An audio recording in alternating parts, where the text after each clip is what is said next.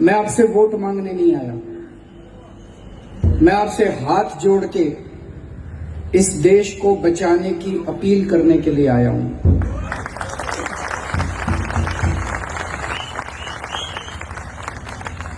देश खतरे में है।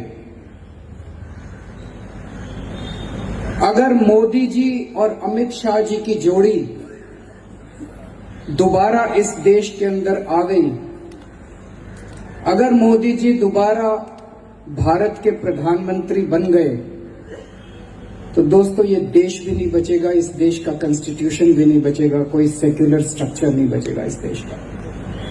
आप लोगों से अपील करने के लिए आया हूं कि इस बार जब वोट डालने के लिए जाओ, आप जिस मर्जी पार्टी से, अभी तक हो सकता है कोई बीजेपी का है, कोई कांग्रेस का है, कोई आम आदमी पार्टी का है, लेकिन इस बार जब वोट डालने के लिए जाओ, ये सोच के जाना कि अगर मोदी जी और अमित शाह जी की जोड़ी दोबारा इस देश के अंदर आ गई तो ये देश नहीं बचेगा। मैं आप लोगों से आज अपील करने के लिए आया हूं कि इस देश को बचा लीजिए, इस देश के कॉन्स्टिट्यूशन को बचा लीजिए, इस देश के सेक्युलर स्ट्रक्चर को बचा लीजिए। आपको लग रहा होगा मैं एग्जैजरेट कर रहा हूं, लेकिन अगले 10-15 मिनट में मैं जो बोलने वाला हूं, मैं अपनी एक एक शब्द को और एक एक बात को आपके सामने साबित कर दूंगा। आप में से कितने लोगों ने साक्षी महाराज का नाम सुना है? जरा हाथ खड़े कर दीजिए। साक्षी महाराज बीजेपी के बहुत सीनियर लीडर हैं, उत्तर प्रदेश से बीजेपी के एमपी हैं, मेंबर ऑफ पार्लियामेंट है बीजेपी के। अभी थोड़े दिन पहले साक्षी महाराज ने बोला कि ये 2019 का चुनाव आखिरी चुनाव है। इस 2019 के चुनाव में ये देश के लोग मोदी जी को जिता दें, उसके बाद इस देश में कोई चुनाव नहीं होगा। जब तक मोदी जी मरेंगे नहीं, तब तक वो देश के प्रधानमंत्री रहेंगे, ऐसा साक्षी महाराज ने बोला। बीजेपी की पूरी प्लानिंग है, इसी चीज की प्लानिंग है। अगर 2019 में बीजेपी दोबारा केंद्र सरकार में जीत जाती है और मोदी जी और अमित शाह दोबारा आ जाते हैं, वो इस देश का कॉन्स्टिट्यूशन बदल देंगे, उसके बाद चुनाव होने बंद हो जाएंगे। आपको लग रहा होगा मैं एग्जैजरेट कर रहा हूं। अमित शाह ने अभी थोड़े दिन पहले एक रैली में बोला, अगर 2019 में बीजेपी जीत गई तो 2050 तक बीजेपी को कोई नहीं हटा सकता। कैसे नहीं हटा सकता भाई? उसके बाद चुनाव नहीं होंगे क्या? 2019 में अगर बीजेपी जीत गई तो 2050 तक बीजेपी को कोई नहीं हटा सकता, ऐसा अमित शाह ने बोला। दुनिया के इतिहास में ये एक बार जर्मनी में हो चुका है। 1931 में Hitler became the chancellor of Germany. Chancellor is equivalent to the president. Hitler became the president of Germany. और हिटलर ने प्रेसिडेंट बनने के 3 महीने के अंदर जर्मनी का कॉन्स्टिट्यूशन बदल दिया, और कॉन्स्टिट्यूशन बदल के उसने चुनाव कराने बंद कर दिए। और जब तक हिटलर की मौत नहीं हुई सेकेंड वर्ल्ड वॉर में, तब तक हिटलर रिमेन्ड द चांसलर और the president of Germany. This is exactly what BJP wants to do now. BJP यही करना चाहती है, बीजेपी का यही मकसद है। इसलिए आप सब लोगों से मैं अपील करना चाहता हूं कि 2019 का ये चुनाव भारत के लिए जीने और मरने का चुनाव है। देश को बचा लीजिए इस बार। अभी पाकिस्तान के प्रधानमंत्री इमरान खान ने कुछ दिन पहले स्टेटमेंट दिया। इमरान खान ने कहा कि मोदी जी को भारत का दोबारा प्रधानमंत्री बनना चाहिए। किस किस ने सुना ये स्टेटमेंट? हाथ खड़े कर दिया। इमरान खान कह रहे हैं कि मोदी जी को भारत का दोबारा प्रधानमंत्री बनना चाहिए। अरे अभी थोड़े दिन पहले तो भारत और पाकिस्तान के बॉर्डर पे ऐसे हालात थे कि जैसे दोनों देशों के अंदर युद्ध होने वाला है। फरवरी एंड के अंदर ऐसे हालात थे कि दोनों देशों में युद्ध होने वाला है। और इमरान खान चाहते हैं कि मोदी जी को दोबारा प्रधानमंत्री बनना चाहिए। अभी 14 फरवरी को पुलवामा के अंदर इमरान खान ने, पाकिस्तान ने आतंकवादी भेज के हमारे 40 जवानों को शहीद कर दिया। उसके बाद हम लोगों ने बालाकोट में एयर स्ट्राइक करके 300 पाकिस्तानियों को खत्म कर दिया। और इमरान खान कह रहा है कि मोदी जी को दोबारा प्रधानमंत्री बनना चाहिए। ये लोचा क्या है?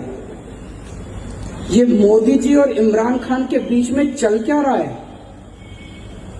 आपको लग रहा है कुछ गड़बड़ है?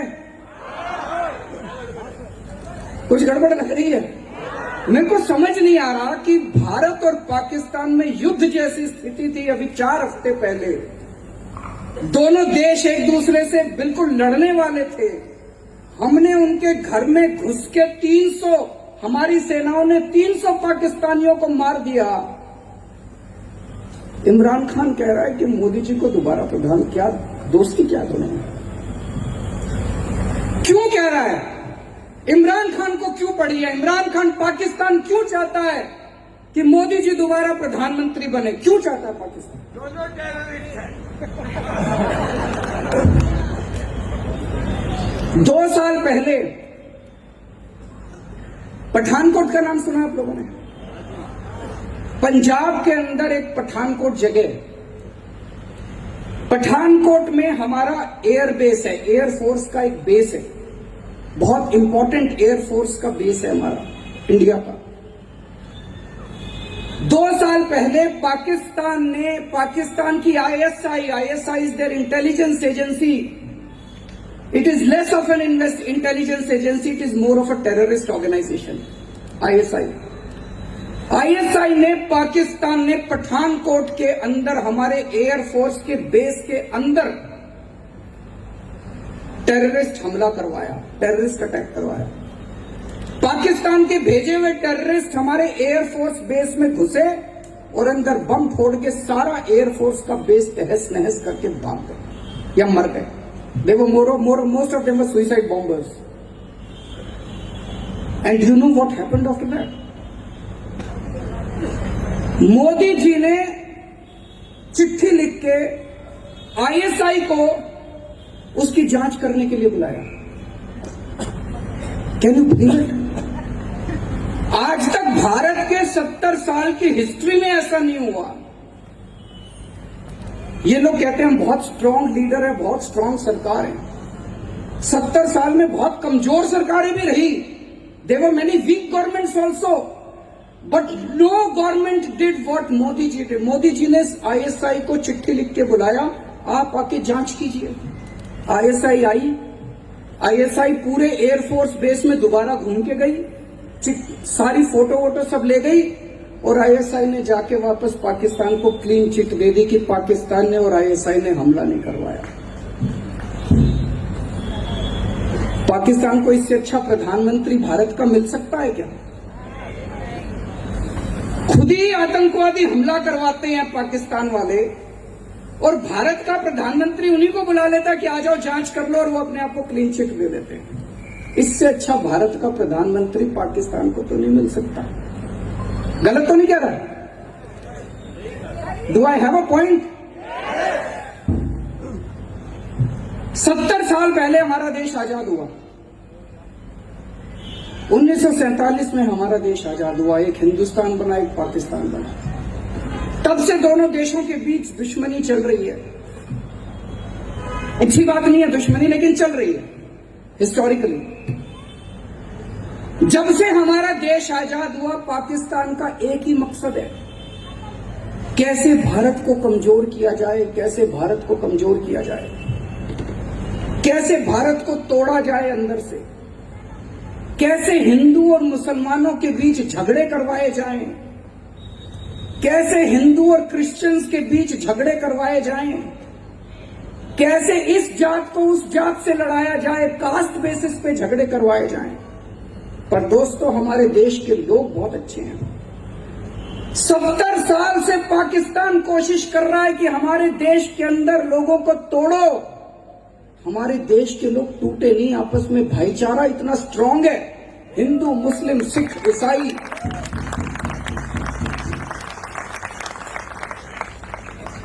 लेकिन दोस्तों, जो काम 70 साल में पाकिस्तान नहीं कर पाया, वो 5 साल के अंदर मोदी और अमित शाह ने करके दिखा दिया।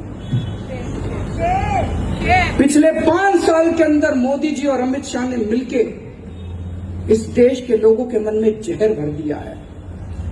हिंदुओं के मन में जहर भर दिया, मुसलमानों के मन में जहर भर दिया, क्रिश्चियंस के मन में, इसके मन में, सबके मन में जहर भर दिया है। पाकिस्तान को इससे अच्छा भारत का प्रधानमंत्री और कौन मिलेगा, जो पाकिस्तान का पूरा एजेंडा पूरा कर रहा है। जो काम 70 साल से पाकिस्तान नहीं कर पाया, वो मोदी जी और अमित शाह ने 5 साल के अंदर करके दिखा दिया। इससे अच्छा प्रधानमंत्री तो पाकिस्तान को भारत का नहीं मिल सकता। अभी 3 दिन पहले अमित शाह जी ने एक स्टेटमेंट दिया है, वेरी डेंजरस स्टेटमेंट। मैं एक एक शब्द वो ही पढ़ूंगा, so that no one can accuse me कि मैंने स्टेटमेंट को डिस्टॉर्ट किया। उन्होंने स्टेटमेंट दिया, Amit Shah is not an ordinary person, he is the president of Bharatiya Janata Party, the ruling party.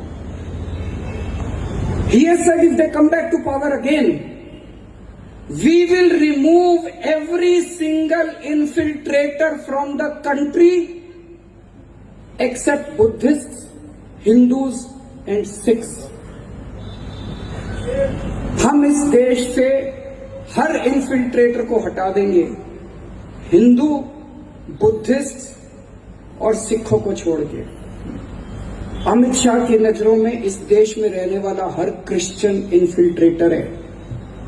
Amit Shah की नजरों में इस देश में रहने वाला हर मुसलमान इन्फिल्ट्रेटर है।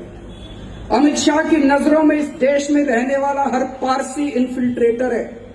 अमित शाह की नजरों में इस देश में रहने वाला हर जैनी इन्फिल्ट्रेटर है।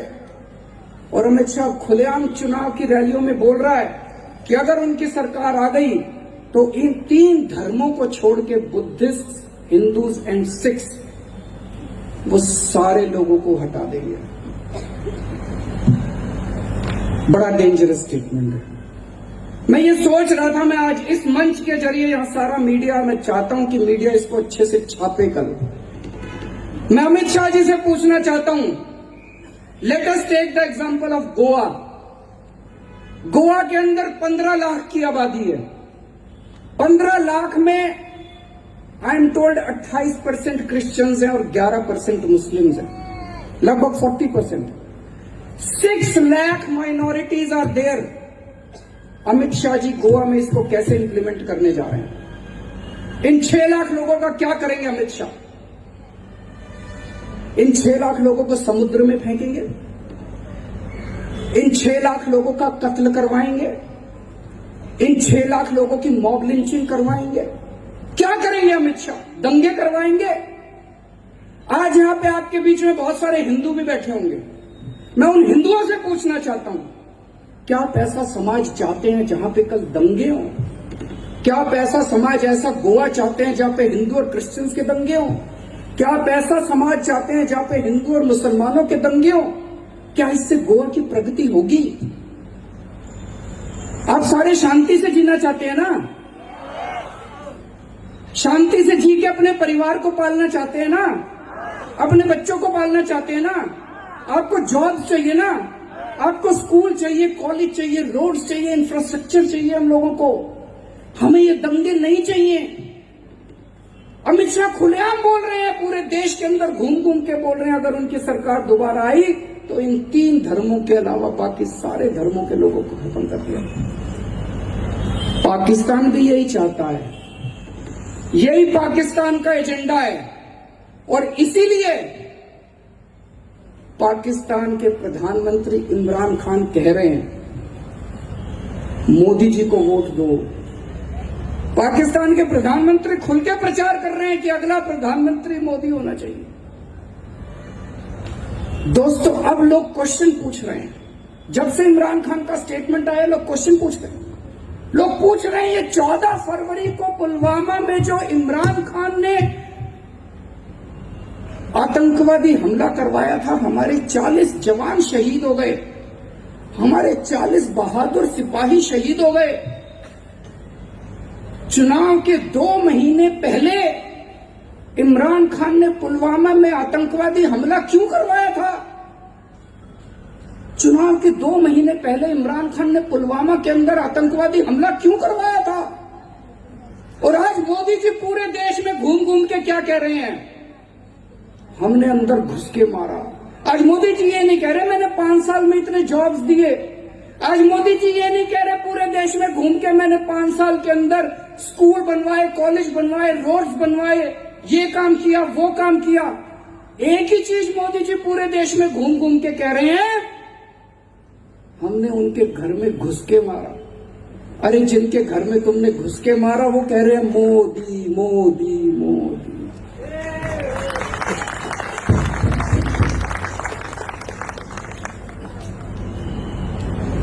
बड़ा डेंजरस गेम चल रहा है दोस्तों, बहुत डेंजरस गेम चल रहा है। वोट डालने जाओ, इसको ख्याल रखना। सब लोग ये कह रहे हैं अगर मोदी जी दोबारा प्रधानमंत्री बन गए तो Amit Shah will be the next home minister of India. पिछली बार अमित शाह चुनाव नहीं लड़े थे लोकसभा का, इस बार लड़ रहे हैं, गांधीनगर से लड़ रहे हैं। Amit Shah will be the next home minister of India. और आप फिर सोच सकते हो कि इस देश का, जिस देश का होम मिनिस्टर अमित शाह होगा, उस देश का क्या होने वाला है उसके बाद। आप में से कितने लोगों ने मॉब लिंचिंग सुना है? पूरे देश में मॉब लिंचिंग है, हाथ खड़े करके जरा बताइएगा।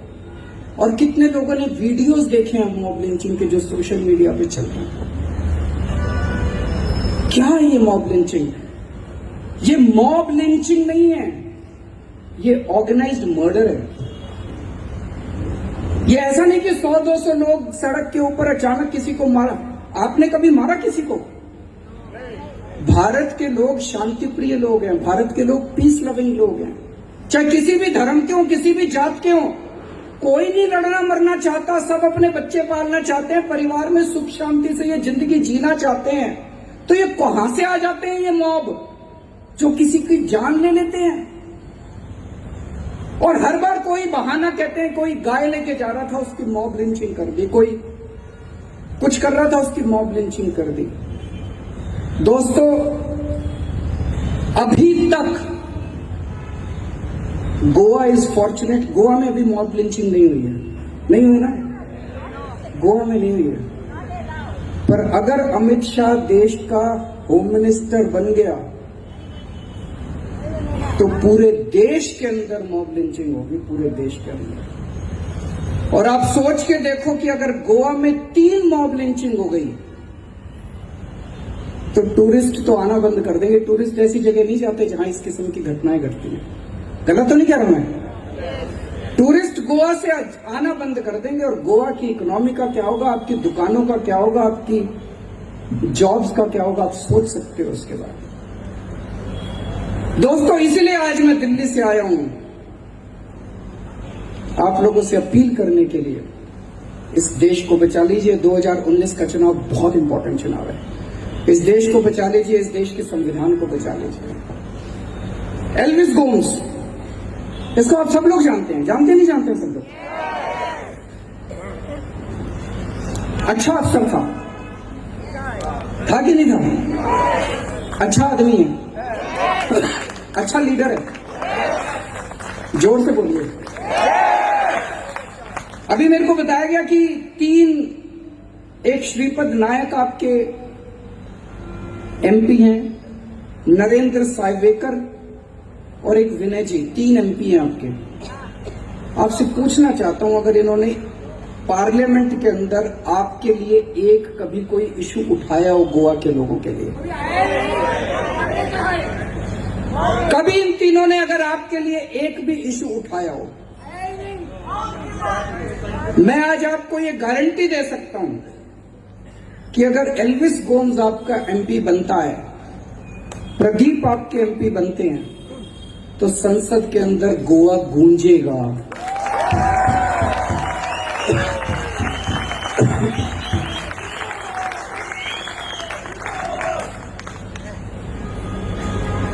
आज मैं जब एयरपोर्ट से आ रहा था, मैंने रास्ते में एक होर्डिंग देखा, उसमें मोदी जी की फोटो थी और कुछ लिखा हुआ था। फिर थोड़ी देर आगे गया तो एक और होर्डिंग देखा, उसमें राहुल गांधी की फोटो थी और कुछ लिखा हुआ था। तो मैंने इनसे पूछा कि कांग्रेस की कोई लोकल लीडरशिप नहीं है, उसकी फोटो नहीं लगी हुई?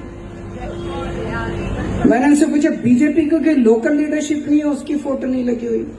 थोड़ी देर आगे गया तो हमारा भी एक होर्डिंग था, उसमें मेरी फोटो थी और एल्विस गोम्स की फोटो थी।